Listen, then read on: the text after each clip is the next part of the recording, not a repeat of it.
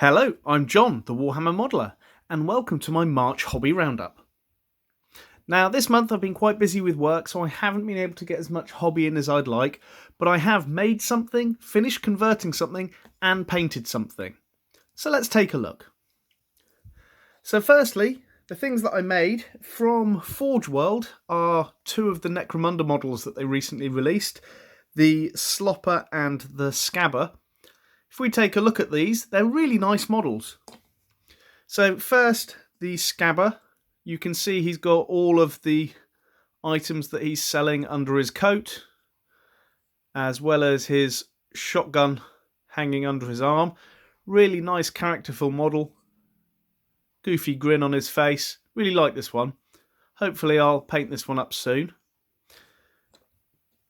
Then the Slopper.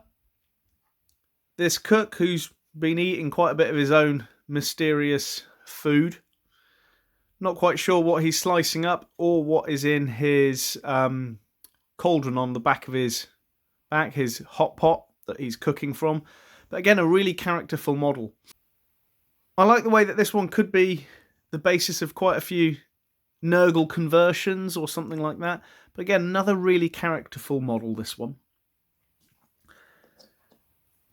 The model that I've finished painting, well, almost finished painting.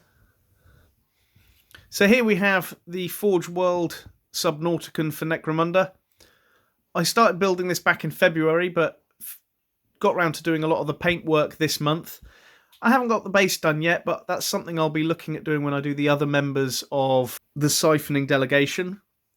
One thing I do like about this, I've used all of the head options and made one of my own for this project. So if I pick up the big head,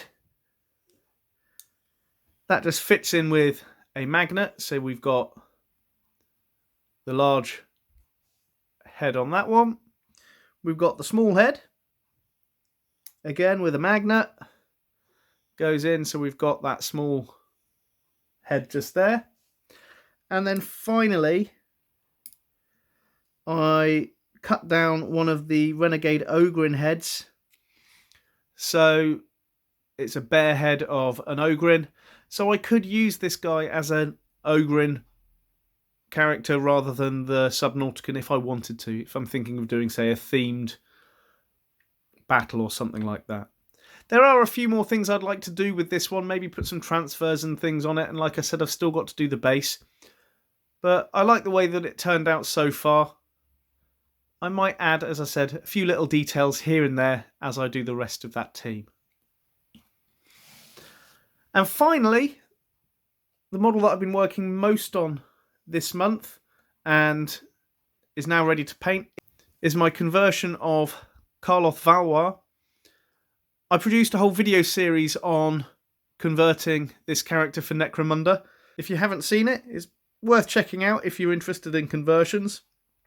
I'm really happy with the way this one turned out. I'm now thinking about colour schemes and things for painting up, whether I go for the classic colour scheme or maybe I make up my own to see how it goes. But I'm really happy with the way that this conversion turned out this month. Normally when I do conversions, I only spend a few kind of consecutive days maybe working on a single character, but this one spread over weeks as I recorded each of the kind of parts of the project. But I'm really glad I spent the time on this, as I think it's turned out really quite nicely. So as I said, haven't had much time on the hobby this month. Hopefully I'll get a bit more in April as I've got some time off work coming up, so I'll be able to do a few more bits and pieces. The things I have done, it's quite nice that I've made something, finished converting something, and painted something. So any hobby is good hobby. But for now, my name's John, the Warhammer Modeler. Stay safe.